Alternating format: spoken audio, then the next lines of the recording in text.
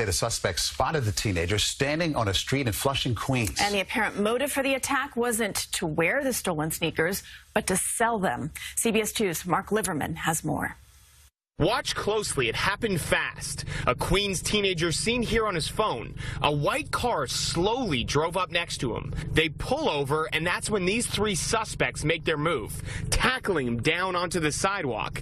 The victim struggling while being held, his shoes ripped right off his feet. The kid was just standing there. He didn't do anything wrong to anybody, you know? Just minding his business. Within seconds, the suspects are off with his wallet and shoes and back in the car, the victim helplessly chasing after them. I couldn't believe what happened to that kid. He was just standing there, you know, shouldn't have happened to him. I feel bad for the kid. The victim taken to Flushing Hospital with cuts to his knees and arms. But the story doesn't end there. The suspects are caught on camera again, this time trying to sell the shoes.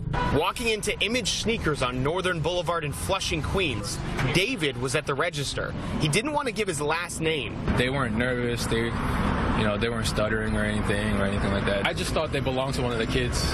I didn't know that they were stolen at the time. The trio negotiated with David, but in the end, he didn't buy them. This particular pair of shoes, brand new, usually cost between $1,500 and $2,000. The reason they didn't buy theirs? They were knockoffs. That's right, the sneakers they stole were fake, whether the crooks knew that or not.